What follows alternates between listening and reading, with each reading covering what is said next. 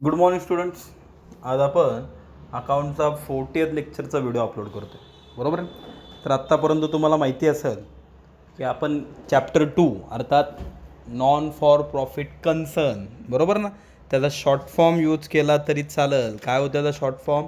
NPC, बरोबर आहे. तो शॉर्ट फॉर्म यूज केला तरी चालेल की आपण NPC नावाचा टॉपिक शिकत होतो.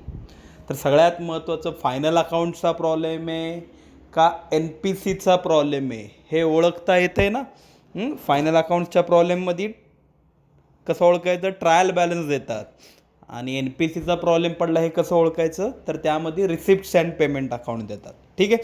तर आत्तापर्यंत आय थिंक आपले 5 प्रॉब्लेम झालेले आहेत. आपण त्याच्याच पुढे कंटिन्यू करतो आहे. तुम्हाला आठवत असेल किंवा तुम्ही रेग्युलरली बघत असाल तर तुम्हाला माहिती इझी टॉपिक आहे. फायनल अकाउंटशी कम्पेअर केलं तर नक्कीच इझी टॉपिक आहे. पण थोडीशी डिफिकल्टी लेवल मी जसे प्रॉब्लेम पुढे चाललेत आपले, थोडेसे मी डिफिकल्ट प्रॉब्लेम घ्यायला सुरुवात करतो आहे. ठीक आहे. मग आता 5 प्रॉब्लेम झाले तर आपण त्याच्यात पुढे 6वा प्रॉब्लेम आज कंटिन्यू करू. तर सगळ्यात महत्त्वाचं थोडेफार चेंजेस आहेतच या प्रॉब्लेममध्ये. ठीक आहे. लक्ष द्या, बघा काय दिलं आहे प्रॉब्लेममध्ये. तुम्हाला प्रॉब्लेम साहजिक आहे, मी सांगायच्या अगोदरच तुम्ही प्रॉब्लेम तुमच्या नोटबुकमध्ये वहीमध्ये नोट डाऊन केला असेल. तर स्क्रीनवर दिसत नसेल, ब्लर दिसत असेल व्हिडिओमध्ये, तर तुम्ही तुमच्या वहीमध्ये बघा. ओके. हेडिंग काय दिली वाचू आपण. Given below is the receipts and payment account of Lalit Kala Kendra Pune. ते नाव अंडरलाईन करा, कारण आपल्याला वर ते प्रॉब्लेममध्ये टाकावं लागतं ना, ललित कला केंद्र. Okay. For the year ending 31 March 2020. त्यांनी इयर एंडिंगची डेट दिली 31 मार्च 2020. मग एक काम करू, ह्याच्यावरूनच आपण नीट लक्ष द्या. हा जो त्यांनी प्रॉब्लेम दिला आहे त्यामध्ये इयर एंडिंग वर्ष कधी संपलं आहे? 31 मार्च 2020. 31 मार्च 2020 2020ला जर वर्ष संपलं आहे तर चालू केव्हा झालं तर? मागच्या वर्षी, म्हणजे अर्थात 2019ला. थोडक्यात आपण जो प्रॉब्लेम सोडवतोय तो कुठला प्रॉब्लेम सोडवणार आहे? 2019 टू 2020, 19-20. हे पण गरजेचं आहे की आपण कुठल्या वर्षाचा प्रॉब्लेम सोडवतोय ते सुद्धा करंट इयरसुद्धा काढता आलं पाहिजे. ते कसं काढायचं? तर डेट त्यांनी वर हेडिंगमध्ये दिलेलीच असती. हेडिंगमध्ये नसेल दिलं तर रिसिप्ट्स अँड पेमेंटला बघा इथं दिलेली आहे 31 मार्च 2020, बरोबर आहे. मग त्यांच्या डेटवरनं आपल्याला इयर एंडिंग दिलेलं आहे की बाबा 20ला 2020ला वर्ष संपलं आहे. मग 20ला संपलं आहे म्हणल्यावर मागच्या वर्षी 19ला चालू झालं होतं. म्हणजे आपण जो प्रॉब्लेम सोडवतो तो 19-20, 2019 2020, 19-20चा प्रॉब्लेम सोडवतोय. मी वर सर्कलमध्ये इथं लिहून ठेवलेलंच आहे, दिसतंय तुम्हाला, 2019 2020. तुम्ही पण तिथं वहीमध्ये लिहून ठेवा की आपण जो प्रॉब्लेम बघतो तो 19-20, बरोबर. ठीक आहे. चला मग खाली ॲडजस्टमेंट दिलेल्या आहेत. आपण पोस्टिंग वगैरे नंतर करू. पहिलं पटापट एक काम करू, ॲडजस्टमेंट टिक मार्क करून घेऊ. तुम्ही तुमच्या वहीत बघा. फर्स्ट ॲडजस्टमेंट कुठली आहे? ललित कला केंद्र has 5,000 members paying annual subscription ₹50 each. त्या सेंटेन्सचा अर्थ नंतर लावू, बाकीचं मरून दे. त्या वाक्यामध्ये कुठला शब्द आला आहे? सबस्क्रिप्शन. मग बघा बरं वर कुठं सबस्क्रिप्शन आहे का? आहे. रिसिप्ट साईडला वरून दुसरंच नाव आहे, टू सबस्क्रिप्शन. माझ्या व्हिडिओमध्ये दिसत नसेल पण तुमच्या वहीत दिसतंय ना. मग बघा वर रिसिप्ट साईडला सेकंड आयटम वरून दुसरं नाव आहे, टू सबस्क्रिप्शन. टिक मार्क करा. चला आता पुढची ॲडजस्टमेंट बघू. पहिली झाली, आता दुसरी ॲडजस्टमेंट बघू. सेकंड ॲडजस्टमेंट काय वाक्य आहे? Outstanding salary ₹12,000. बाकीचं मरून दे. कुठला शब्द आला आहे त्यामध्ये? सॅलरी शब्द आला आहे, बरोबर आहे. दिसतंय ना सॅलरी. मग बघा बरोबर शोधा सॅलरी कुठं आहे का? पेमेंट साईडला पहिलंच नाव आहे बाय सॅलरी. टिक मार्क करा. तुमच्या वहीत बघा पेमेंट साईडला first item by salary. Okay. आता थर्ड ॲडजस्टमेंट काय दिली? ऑन 1 एप्रिल 2019, की 1 एप्रिलला, म्हणजे थोडक्यात ओपनिंगला आपल्याकडं 2 ॲसेट्स होत्या. नावं दिलीत बघा, लँड अँड बिल्डिंग 70,000 आणि फर्निचर दिलं आहे 45,000. मग त्याची टिकमार्क वगैरे नाही, ते आपण प्रॉब्लेम, ही ॲडजस्टमेंट नाही म्हणता येणार आहे. मी सर्कल करतो म्हणजे लक्षात येईल. ही ॲडजस्टमेंट नाही आहे. पण नीट बघा, त्यात एक वाक्य पण दिलं आहे, डेप्रिसिएट द अबाव ॲसेट्स, की जी वर नावं दिलीत ना, 2 नावं अबाव ॲसेट्स, त्या दोघांवर डेप्रिसिएशन काढायला लावले. त्यामुळे एक काम करा, तिथंच त्याच ॲडजस्टमेंटमध्ये लँड अँड बिल्डिंगवर पण टिक मार्क करा आणि फर्निचरवर पण टिक मार्क करा. म्हणजे आपल्याला लक्षात येईल की लँड अँड बिल्डिंग आणि फर्निचरचे अमाऊंट मांडताना इनरला लिहायचं आहे, कारण त्याच्यावर डेप्रिसिएशन आहे. ठीक आहे, तिथंच टिक मार्क करा. Fourth adjustment. आता चौथी ॲडजस्टमेंट बघू. चौथी ॲडजस्टमेंट काय दिली? 50% entrance fees and 60% of donation should be capitalise. बरं, 50% entrance fees and 60% of donation. ते बाकीचं बरोबर ते दोन नाव आलेत बघा, एंट्रन्स फीज आणि डोनेशन. करा टिक मार्क. एंट्रन्स फीज आहे का? आहे बघा, रिसिप्ट साईडला सेकंड लास्ट खालून दुसरं नाव आहे, त्याच्यावर टिक मार्क करा. आणि डोनेशन त्याच्याच एंट्रन्स फीजच्याच वर 3 नावं सोडून आहे बघा, टू डोनेशन. ओके, डोनेशनवर एक आणि एंट्रन्स फीजवर एक टिक मार्क केली. आणि फिफ्थ ॲडजस्टमेंट आहे इन्कम ॲक्युअर्ड ऑन इन्व्हेस्टमेंट. ते वाक्याचा अर्थ मरून दे, पण त्या 5व्या ॲडजस्टमेंटमध्ये कुठला शब्द आला आहे? इन्व्हेस्टमेंट शब्द आला आहे. मग इन्व्हेस्टमेंट नीट बघा, पेमेंट साईडला पण इन्व्हेस्टमेंट आहे, त्याच्यावर एक टिक मार्क करा. आणि पलीकडं रिसिप्ट साईडला इन्कम फ्रॉम इन्व्हेस्टमेंट आहे, त्याच्यावर पण एक टिक मार्क करा. ओके, लक्षात आलं? ज्यांना कळत नसेल त्यांच्यासाठी मी परत एकदा झूम करून दाखवते, नीट लक्ष द्या. बरोबर आहे ना? ॲडजस्टमेंट टिकमार्क कशा झाल्यात, कुणाकोणावर झाल्यात, तुमच्या वहीत तुम्ही केलेल्याच आहेत, पण परत एकदा व्हेरीफाय करा, कारण थोडासा डिफिकल्ट प्रॉब्लेम आहे ना, त्यामुळे परत एकदा लक्ष द्या. कुणाकोणावर ॲडजस्टमेंट आहे? तर रिसिप्ट साईडला 54 आहे, एक सबस्क्रिप्शनवर आहे, त्याच्या खाली डोनेशनवर एक टिक मार्क आहे, एंट्रन्स फीजवर एक टिक मार्क आहे, आणि त्याच्याच खाली इन्कम फ्रॉम इन्व्हेस्टमेंट त्याच्यावर सुद्धा एक टिक मार्क आहे. ओके, आणि पलीकडे या पेमेंट साईडला कुणाकुणावर टिक मार्क आहे? एक सॅलरीवर आहे आणि एक इन्व्हेस्टमेंटवर आहे. ठीक आहे, म्हणजे 5 ॲडजस्टमेंट होत्या, आपण 5ही जणांच्या टिक मार्क्स केल्या.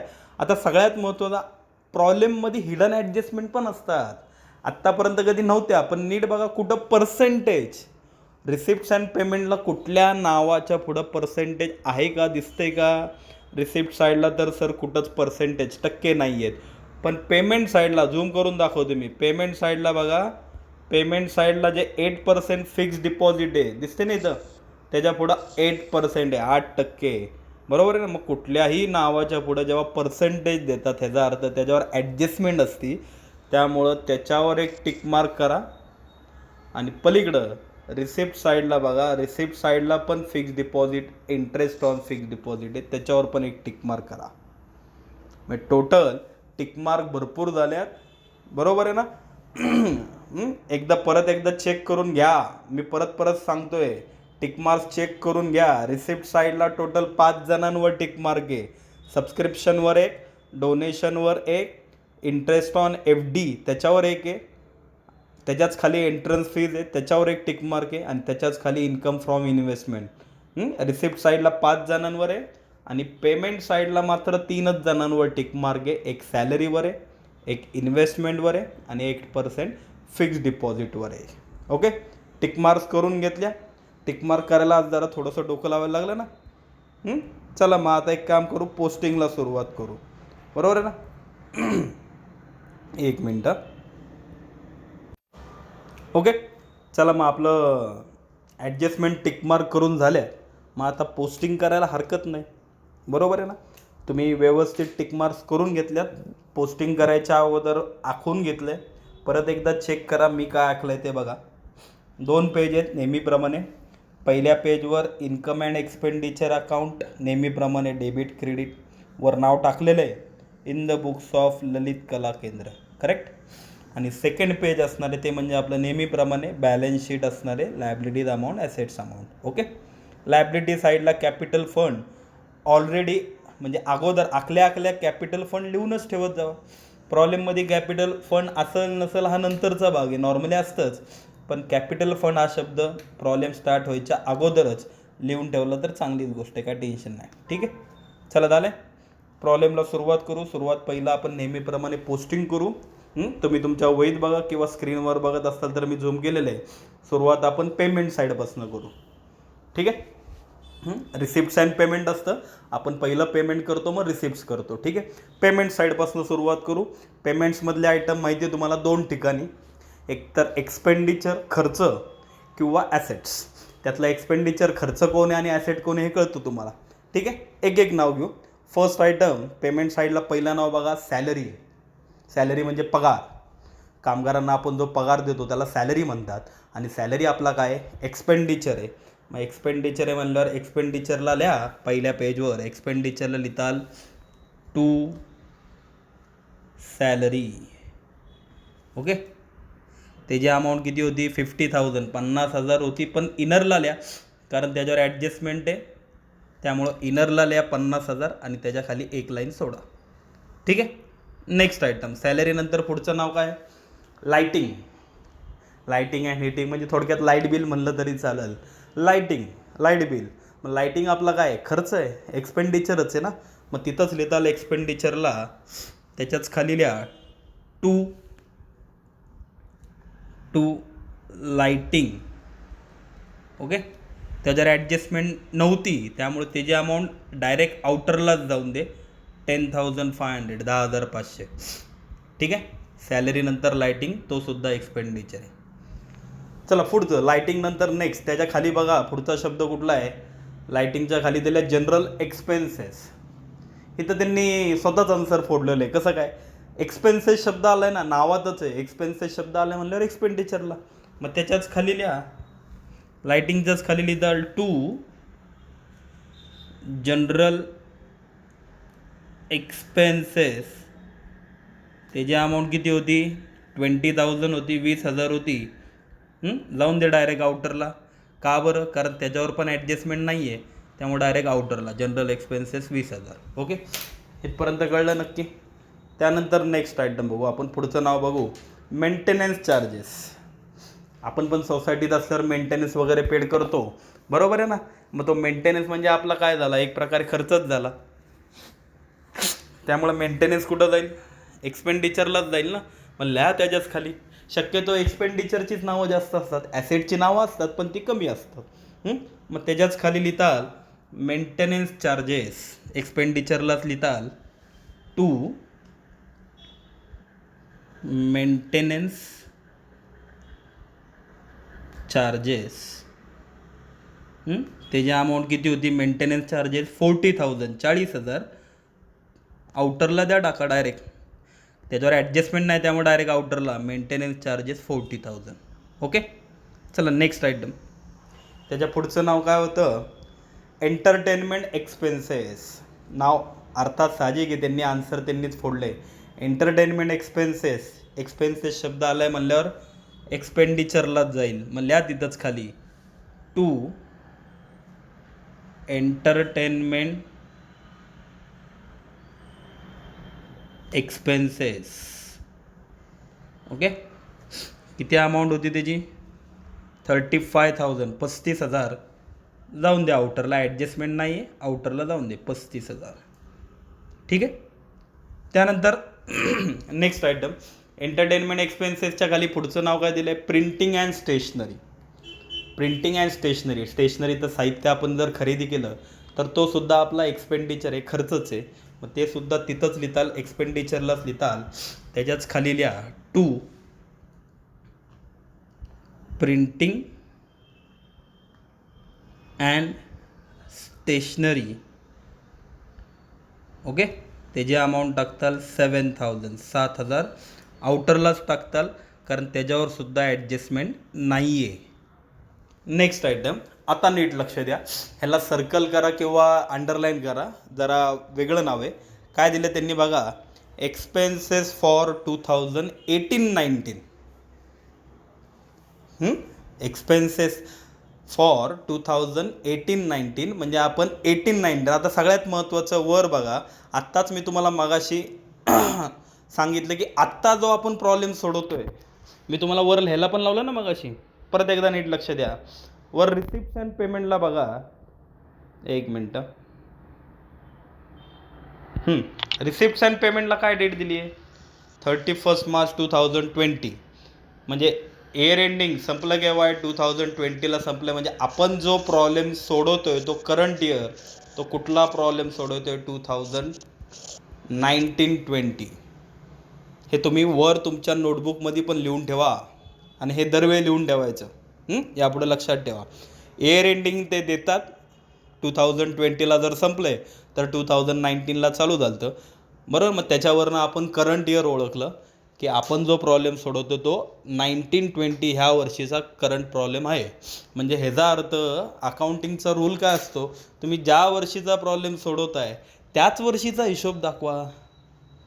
मागच्या वर्षीचे कुठले तरी एक्सपेन्सेस राहिले होते 18-19 मधले किंवा 17-18 मधले, या वर्षी दाखवायचा नाही. सिम्पल रूल आहे, मी काय बोलते लक्षात ठेवा.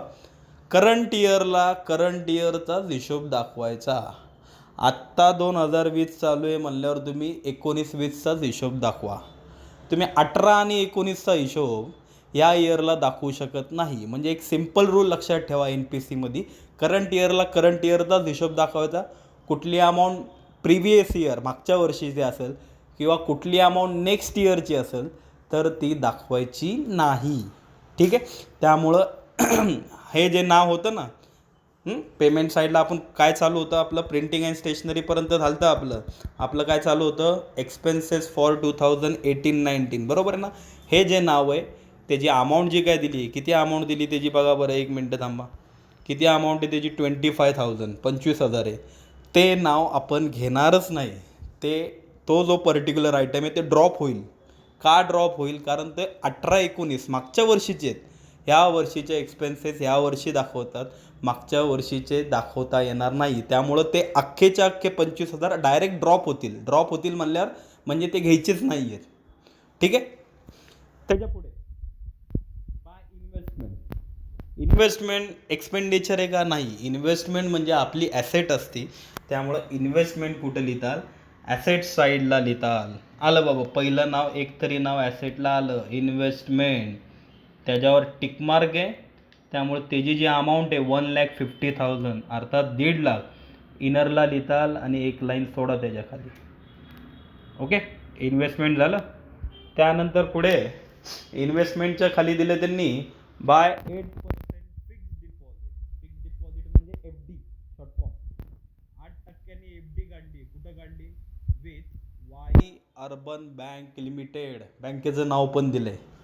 मग एवढं पूर्ण नाव लिहायची, एवढं तुम्ही म्हणता सर केवढं मोठं नाव आहे ते, 8% fix deposit with Wai urban bank limited.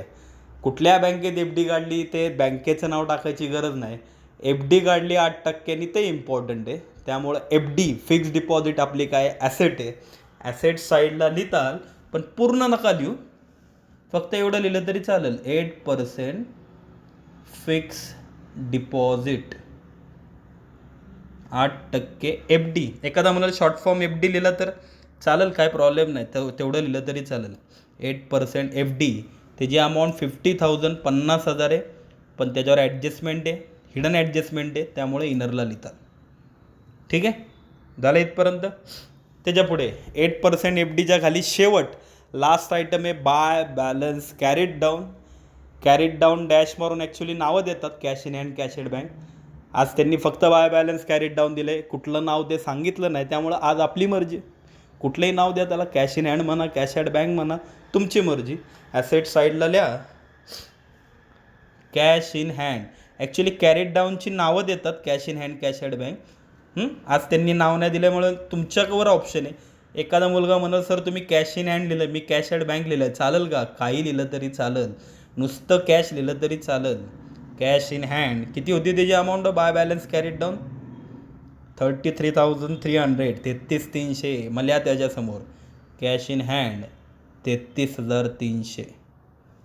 Okay, कळलं इथपर्यंत नक्की. आत्ताशी आपली पेमेंट साईड झाली. थोडीफार नावं आपली एक्सपेंडिचर्सला गेलेली आहेत आणि थोडीफार नावं आपली कुठे गेलेली आहेत, ॲसेट्सला गेलेली आहेत. ओके, पेमेंट साईड झाली. आता नेक्स्ट पलीकडे येऊ. आता आपण रिसिप्ट साईडला जाऊ. रिसिप्ट साईडला डोकं लावायची गरज नसती. मी नेहमी पेमेंट साईडपासून का सुरुवात करतो, कारण पेमेंटला थोडंसं डोकं लावायला लागतं बाबा. त्यातल्या ॲसेट्स कोण आहेत, एक्सपेंडिचर कोण आहे, एवढं तरी कळायला लागतं. पण रिसिप्ट साईडला डोकं लावायची गरजच नसते. रिसिप्ट साईडला पहिलं नाव ब्रॉड डाऊन सोडून जेवढी नावं असतील तेवढी सगळीच्या सगळी इन्कमला टाकून द्यायची. ॲक्च्युली इन्कमला आणि लायबिलिटीला जातात ती, पण लायबिलिटी नसतीच ना शक्यतो. त्यामुळं ज्याला काहीच कळत नसेल त्यांनी निदान एवढं तरी करा की रिसिप्ट साईडला पहिलं ब्रॉड डाऊन सोडून जेवढी नावं असतील हाय तशी इन्कमला पटापट उतरून काढा. ठीक आहे. चला मग सुरुवात करू. रिसिप्ट्सला first item to balance brought down ignore करा, ब्रॉड डाऊन आपण घेत नसतो. त्या पुढचं नाव बघा काय दिलं आहे, टू सबस्क्रिप्शन. मग तुम्ही म्हणताला सर गोंधळ झाला, पण दोन दोन अमाऊंट दिलेत बरोबर ना. एक 2018-19, थांबा जरा मला स्क्रीनवर लिहायला लागेल, एक मिनटं. स्क्रीनवर बघा, वहीत नका बघू.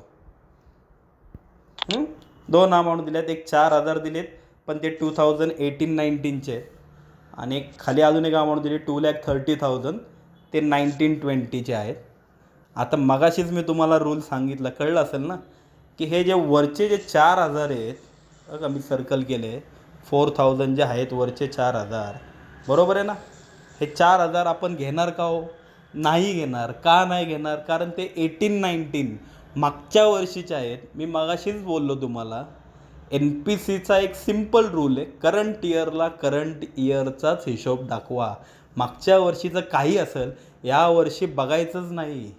दिले का ते 4,000 मरून देते मागच्या वर्षीचे आहेत, त्यामुळे ते महत्त्वाचे नाही. या वर्षीचे 19-20चे किती आहेत बघा बरं खाली. 2019-20ची अमाऊंट दिली ना 2,30,000, मग तेवढंच फक्त घेताल. मग त्यामुळं डायरेक्ट लिहून काढा इन्कम साईडला. एक मिनटं, इन्कम साईडला लिहा बाय सबस्क्रिप्शन 2,30,000, पण इनरला लिहा कारण त्याच्यावर ॲडजस्टमेंट आहे, त्यामुळं इनरला लिहा आणि एक जागा सोडा. Bye subscription 2,30,000. ओके. गोंधळ झाला नाही ना. सबस्क्रिप्शनच्या मग 2 द्या, 3 अमाऊंट द्या. घेताना फक्त एकच अमाऊंट घ्यायची जी करंट इयरची आहे, बाकीच्या अमाऊंट घ्यायच्याच नाही. ठीक आहे. त्यानंतर पुढचं नाव बघा काय दिलं आहे, डोनेशन. डोनेशन मी तर सांगितलं, डोकं लावूच नका. रिसिप्ट्सला जेवढी नावं आहेत सगळीच्या सगळी इन्कमला लिहून काढा. मग या परत इन्कमला डोनेशन लिहा त्याच्याच खाली बाय डोनेशन, पण त्याच्यावर ॲडजस्टमेंट होती का? होती, त्यामुळे इनरला लिहा त्याची अमाऊंट 60,000 होती, त्याची अमाऊंट इनरलाच लिहा, आतमध्ये लिहा डोनेशन 60,000. नेक्स्ट त्याच्या पुढचं नाव काय, रिसिप्ट्स फ्रॉम एंटरटेनमेंट्स 40,000 काढा लिहून तिथंच त्याच्याच खाली by receipts from entertainment, receipts from entertainment, पण त्याच्यावर ॲडजस्टमेंट नाही आहे, त्यामुळं त्याची अमाऊंट आउटरला जाऊन दे. रिसिप्ट फ्रॉम एंटरटेनमेंट 40,000 आउटरला. त्यानंतर नेक्स्ट त्याच्या पुढचं नाव आहे इंटरेस्ट ऑन FD, अर्थात इंटरेस्ट ऑन फिक्स्ड डिपॉझिट आहे, शॉर्ट फॉर्म वापरला. किती अमाऊंट आहे? 3,000. लिहून काढा, सगळं इन्कमलाच लिहायचं, एका खाली एक लिहा. मग त्याच्याच खाली बाय इंटरेस्ट ऑन FD 3,000, 3,000, पण इनरला लिहितात कारण त्याच्यावर टिकमार्क केली आपण, ॲडजस्टमेंट आहे, त्यामुळे इनरला लिहून एक लाईन सोडा. ओके. नेक्स्ट त्याच्या पुढचं नाव दिलं एंट्रन्स फीज. एंट्रन्स फीजसुद्धा तिथंच त्याच्याच खाली लिहिताल बाय, लिहा त्याच्याच खाली इन्कमला बाय एंट्रन्स फीज. किती अमाऊंट होती? 50,000, 50,000 होती, पण इनरला लिहा एक लाईन सोडा, बरोबर ना, कारण एंट्रन्स फीजवर ॲडजस्टमेंट आहे, त्यामुळे इनरला. आणि लास्ट आयटम सगळ्यात शेवटचं नाव होतं इन्कम फ्रॉम इन्व्हेस्टमेंट 1,000, बरोबर आहे. मग लिहून काढा तिथंच इन्कमला, सगळे नावं इन्कमला एका खाली एक लिहून काढलेली आहेत. बाय इन्कम फ्रॉम इन्व्हेस्टमेंट, किती अमाऊंट? 1,000, 1,000 रुपये, ते सुद्धा इनरला लिहिताल कारण त्याच्यावर सुद्धा ॲडजस्टमेंट आहे. म्हणजे थोडक्यात नीट लक्ष द्या, रिसिप्ट साईडला जेवढी नावं असतील, NPCमध्ये निदान एवढं तर एखाद्याला जमल की बाबा जेवढी नावं आहे सगळीच्या सगळी इन्कमला लिहून काढायची. लायबिलिटीला पण जातात, पण लायबिलिटी शक्यतो देत नाहीत, त्यामुळे सगळीच्या सगळी पटापट पटापट इन्कमला लिहून काढायची. झालं. चला आत्ता शिका आपलं काय झालं, पोस्टिंग झालं आहे. आत्ता शिका आपलं पोस्टिंग झालेलं आहे, अजून आपल्या ॲडजस्टमेंट बाकी आहेत, लक्ष द्या. त्यामुळं आपल्याला ॲडजस्टमेंट पण सोडवायच्यात. मग एक एक ॲडजस्टमेंट बघू, व्यवस्थित लक्ष द्या. पोस्टिंग झाले, एकदा वहीत नजर टाका किंवा परत एकदा माझ्याकडे बघा. फर्स्ट पेजवर इन्कम अँड एक्सपेंडिचर. भरपूर जण आज आज इनरला आहेत. सॅलरी इनरला आहे, subscription, donation, interest on FD, entrance fees, income from investment. पहिल्याच पानावर एक 5 आयटम इनरला आहेत, बरोबर आहे ना. आणि दुसऱ्या पानावर बॅलन्स शीटला 2 ॲसेट्स इनरला आहेत, इन्व्हेस्टमेंट आणि 8% फिक्स डिपॉझिट.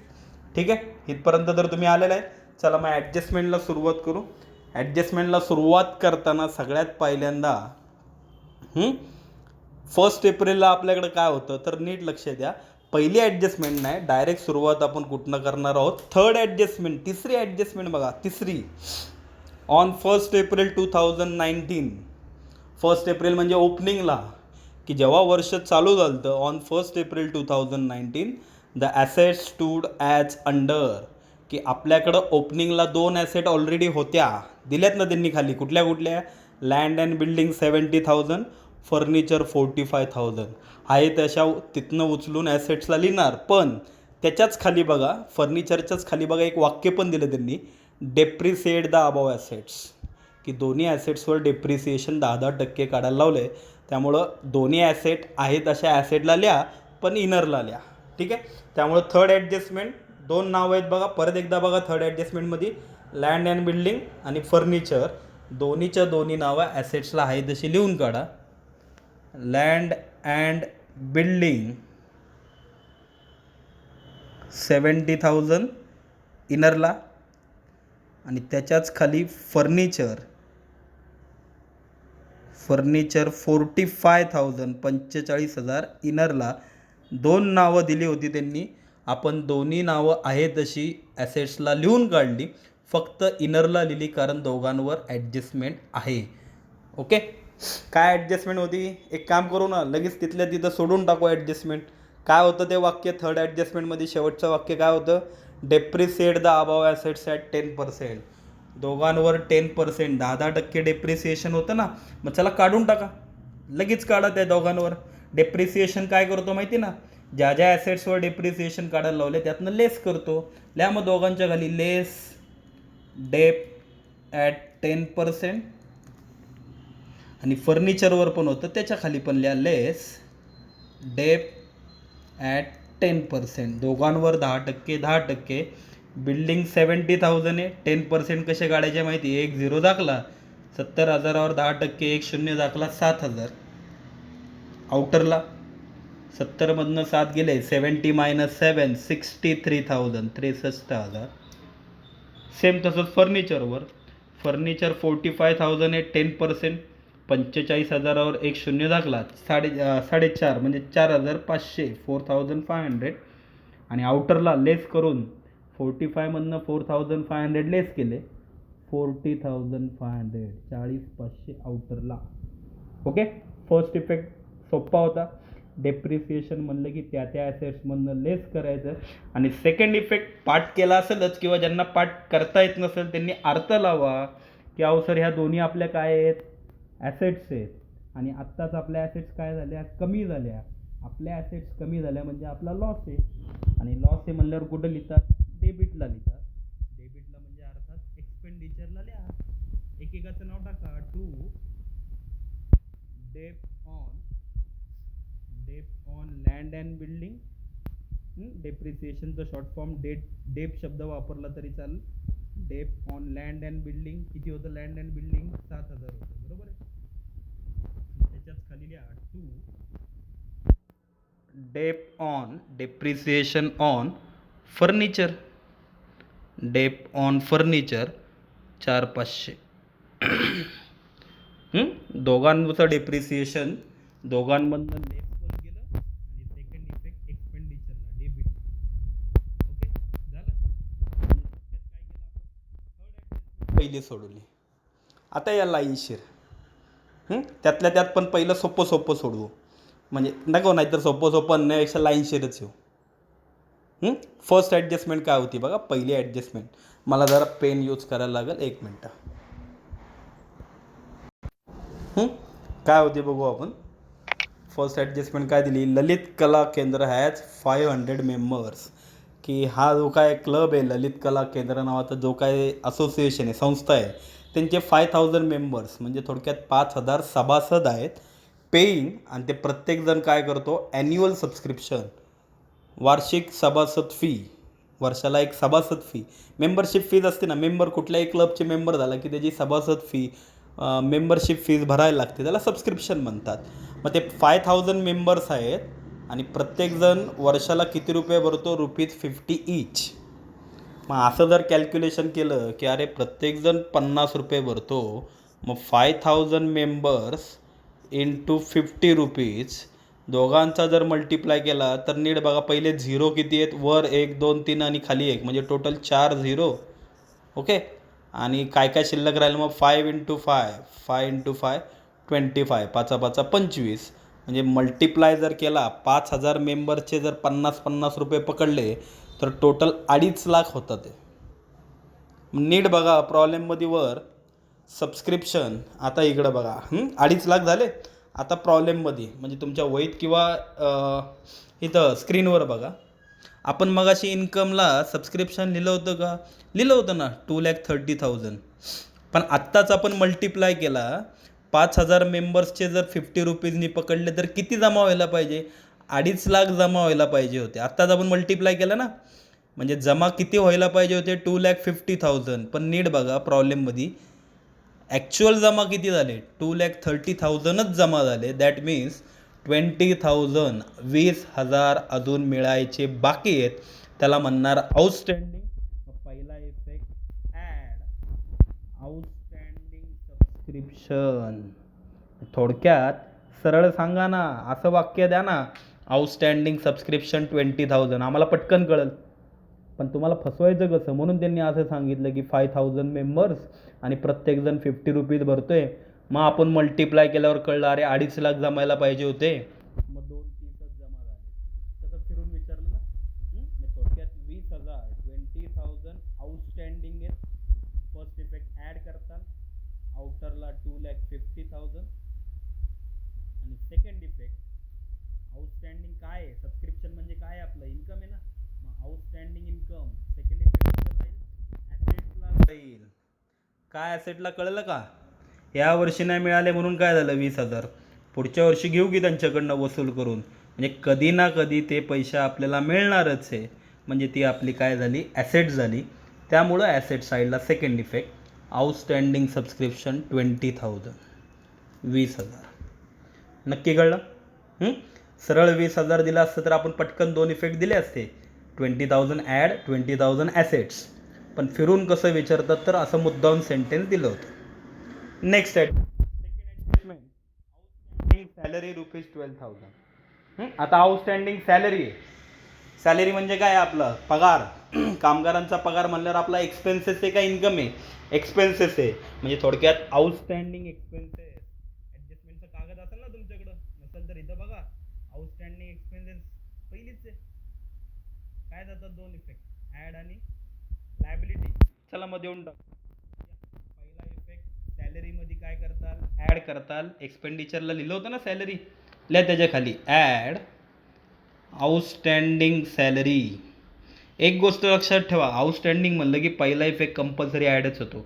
किती होती अमाऊंट त्याची, 12,000, 12,000. मग करा, 12,000 ॲड केले, 50 + 12 62, 62,000 आउटरला. हा झाला पहिला इफेक्ट ॲड. आणि सेकंड इफेक्ट लॅबिलिटी साईडला.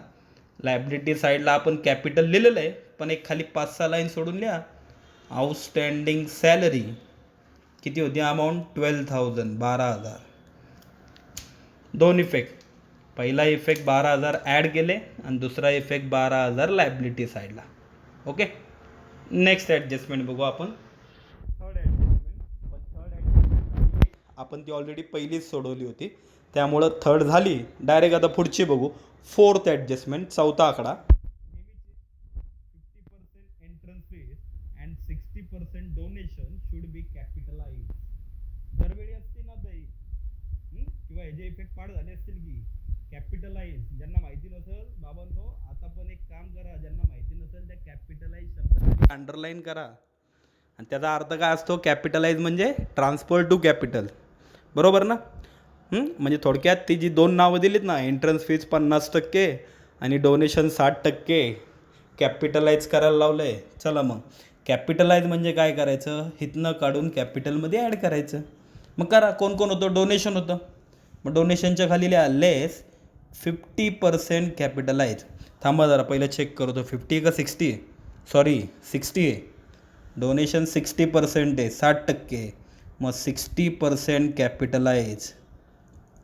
60% 60% कसे काढताल, पहिले 10% काढा. एक झिरो दाखला. 10% 10% किती आले, 6,000 आले, बरोबर आहे ना. 10% 6,000. मग 60% 60% कसे काढताल, इंटू 6, 6 36, 36,000. 60% कसे काढले, मी पहिले 10% काढले, एक झिरो दाखला, आणि मग मला 60% पाहिजे होतं, मी इंटू 6, 6 मल्टिप्लाय केलं, 6 36,000. ओके. मग 60मधनं 36 गेले, दोघांची सबस्ट्रॅक्शन, आउटरला 24,000. First effect. कुठलं ना कुठलं इन्कम साईडला एक तरी नाव कॅपिटलाइज करायला लावतात. जेवढं कॅपिटलाइज करायला लावले, फर्स्ट इफेक्ट लेस करा. 36,000 लेस केले. आणि दुसरा इफेक्ट कॅपिटल फंडमध्ये ॲड करताल. कॅपिटलच्या खाली लिहा ॲड 60% डोनेशन. किती होतं, 36,000. ओके. ठीक आहे, इथपर्यंत लिहिलं आहे. त्यानंतर डोनेशन नंतर अजून एक गोष्ट कॅपिटलाइज करायला लावलेली, एंट्रन्स फीज होती. सेम त्याचे पण असेच दोन इफेक्ट द्या. पहिला इफेक्ट लेस 50%. दोन एक फरक आहे. डोनेशन 60% कॅपिटलाइज करायला लावलेलं, पण एंट्रन्स फीज मात्र 50% आहे. 50% तोंडी आहे. 50%चा अर्थ हाफ, निम्मे. मग 50,000च्या हाफ होतील 25,000. मग पहिला इफेक्ट 25,000 लेस करताल, आउटरला 25,000 शिल्लक राहिले. आणि सेकंड इफेक्ट जे लेस केलेत ते तिकडं कॅपिटलमध्ये ॲड करा. लिहा तिथं परत तेच लिहा, ॲड 50% एंट्रन्स फीज 25,000. दोन इफेक्ट.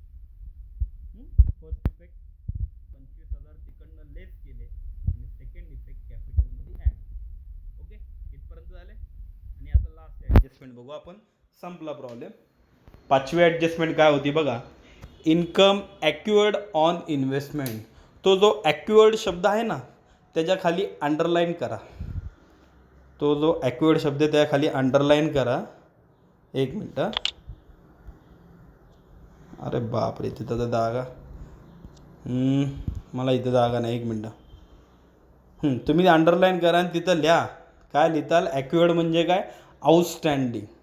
त्याचा अर्थ काय, आउटस्टँडिंग म्हणजे काय, आपण जी इन्व्हेस्टमेंट केली ना, बघा इथं प्रॉब्लेममध्ये बघा, इन्व्हेस्टमेंट जी केली होती ना 1,50,000, 1.5 लाखाची, त्याच्यावर 2,000 रुपये जे काय इंटरेस्ट आहे ते आउटस्टँडिंग आहे, म्हणजे मिळालेलं नाही आहे. मग पहिला इफेक्ट आउटस्टँडिंग आहे का, आउटस्टँडिंग म्हणल्यावर ॲड करायचं, ॲड आउटस्टँडिंग इन्व्हेस्टमेंट. किती होतं, 2,000. मग चला मिळायचं बाकी आहे म्हणल्यावर ते ॲड करताल. दोघांची ॲडिशन आउटरला 1,52,000. आणि सेकंड इफेक्ट इन्कम साईडला, पण इन्कम साईडला ऑलरेडी इन्कम फ्रॉम इन्व्हेस्टमेंट 1,000 होतं, मग त्याच्यातच ॲड करा ना, ॲड आउटस्टँडिंग इन्व्हेस्टमेंट. किती, 2,000, 2,000, आउटरला 3,000. दोन इफेक्ट काय केले, काय वाक्य होतं, परत एकदा ॲडजस्टमेंट बघा. Income on investment is ₹2,000. ॲक्युअर्ड म्हणजे काय, आउटस्टँडिंग इन्कम होतं. मग पहिला इफेक्ट ज्याचं इन्कम होतं त्याच्यामध्ये ॲड केलं, इन्व्हेस्टमेंटमध्ये 2,000 रुपये ॲड केले. आणि सेकंड इफेक्ट तेच 2,000 रुपये डायरेक्ट इन्कमला दाखवले असते तरी चाललं असतं, पण ऑलरेडी इन्कम फ्रॉम इन्व्हेस्टमेंट होतं म्हणून त्याच्यात ॲड करून आउटला. एखादा मुलगा म्हणाल सर मी हे 1,000 सेपरेट दाखवले आणि आत्ताचे 2,000 सेपरेट दाखवले, चालेल, काही गरज नव्हती. एकमेकांमध्ये ॲड केलं नसतं, सेपरेट दाखवलं असतं तरी चाललं असतं. ठीक आहे. म्हणजे अशा प्रकारे आपल्या टोटल 5 ॲडजस्टमेंट होत्या. एखादा टोटल संपला प्रॉब्लेम, झालं बाबा काम संपला. आज जरा मोठा प्रॉब्लेम होता, पण नीट लक्ष द्या, एक ॲडजस्टमेंट अजून राहिलेली आहे. तुम्ही स्क्रीनवर बघू शकता किंवा तुम्ही तुमच्या नोटबुकमध्ये बघा. पेमेंट साईडला बघा, रिसिप्ट्स अँड पेमेंट अकाउंट दिले ना, नाहीतर स्क्रीनवर बघा, म्हणजे मी तुम्हाला पेननी तिथं हायलाईट करतो, लक्षात येईल. 8% फिक्स डिपॉझिट. पेमेंट साईडला खालून एक दुसरं नाव आहे बघा, 8% फिक्स डिपॉझिट, की आपण 8%नी, ती एक बँक आहे खाली, बँकेचं नाव पण दिलं आहे वाई अर्बन बँक, त्या बँकेत जाऊन FD काढली होती आणि त्या FDचा रेट ऑफ इंटरेस्ट 8% होता. मग 8% FDची अमाऊंट किती दिली बघा बरं, 50,000, बरोबर, 50,000. मग 50,000वर जर 8% काढले, वर्किंग नोट, एक मिनट बघा, लक्ष द्या, वर्किंग नोटमध्ये दाखवतो किती आपल्या FDची अमाऊंट, 50,000, 50,000 आहे, बरोबर आहे. त्याच्यावर 8%, 8% जर काढले, 0 कॅन्सल होतील, बरोबर आहे. 500 × 8, 500 × 8 शिल्लक राहिले, दोघांचं मल्टिप्लाय जर केला तर 4,000 येतोय. म्हणजे 4,000 रुपये हे वर्षाचं काय झालं, इंटरेस्ट आपल्याला त्याच्यावर मिळलं पाहिजे. मग ते मिळालं होतं का, तुम्ही म्हणता सर आम्हाला कसं कळणार, तर नीट बघा, इन्कम साईडला मिळालं होतं का, तर आहे ना सर, इंटरेस्ट ऑन FD आहे ना, पण किती आहे, 3,000. आत्ताच आपण मल्टिप्लाय केला, इकडं बघा, आत्ताच आपण मल्टिप्लाय केला 50,000वर 8%, आपल्या ह्याच्यानुसार किती आलं तर 4,000. आणि तुम्ही आत्ता इन्कमला किती दाखवत आहे, 3,000. म्हणजे 4,000 मिळायला पाहिजे होतं, 3च मिळाले. मग ह्याचा अर्थ 1,000 रुपये अजून काय आहेत, बाकी आहेत. ॲड आउटस्टँडिंग इंटरेस्ट 1,000 रुपये. कुठनं आले कळले का 1,000 रुपये, बरोबर आहे, थोडंसं कॉम्प्लिकेटेड होतं. परत एकदा सांगतोय, इन्व्हेस्टमेंट 50,000 होती, त्याच्यावर मी पहिले 8% काढले, उत्तर आलं तर 4,000. पण बघायचं एकदा इन्कमला त्या 4पैकी काय भेटलेत का, तर 3 भेटले होते. म्हणजे ह्याचा अर्थ 1,000 रुपये भेटायचे बाकी होते, म्हणून इफेक्ट 1,000चे जाणार. पहिला इफेक्ट 1,000 रुपये आउटस्टँडिंग इंटरेस्ट ॲड, आणि सेकंड इफेक्ट ॲड, आणि कुठे ॲसेट साईडला आपण FD लिहिलं आहे ना, मग तिथं पण ॲड आउटस्टँडिंग इंटरेस्ट. किती होतं आउटस्टँडिंग इंटरेस्ट, 1,000 रुपये. मग 1,000 रुपये इकडे ॲड करताल, दोघांची ॲडिशन 51,000, 51,000. भरपूर मुलं काय चुकतात इथं माहिती आहे, त्यांना वाटतं डायरेक्ट, हां सर आम्हाला, भरपूर मुलांचा गोंधळ काय होतो, डायरेक्ट अमाऊंट बघतात, हां सर माहिती आहे आम्हाला FD 50,000 आहे, त्याच्यावर 8% पटकन काढतात, 50,000वर 8% 4,000, आणि 2 इफेक्ट देऊन बसतात 4,000चे. पण ॲक्च्युली ॲडजस्टमेंट 4,000ची नव्हती, ॲडजस्टमेंट 1,000ची होती, कारण त्यातले 3,000 ऑलरेडी मिळाले होते. ठीक आहे, नक्की कळलं. लास्ट ॲडजस्टमेंट थोडीशी कन्फ्युजिंग होती. अशा प्रकारे आपला प्रॉब्लेम संपला आहे. कॅपिटल फंड आज प्रॉब्लेममध्ये अख्खा प्रॉब्लेम झाला, पण कॅपिटल फंड कुठं दिसलाच नाही म्हणजे डॅश मारा, कशाला टेन्शन घेता. ओके, प्रॉब्लेम आपला आत्ता सॉल्व्ह झाला आहे, आज भरपूर वेळ लागला, पण सॉल्व्ह झाला आपला. तर पुढचं जे काय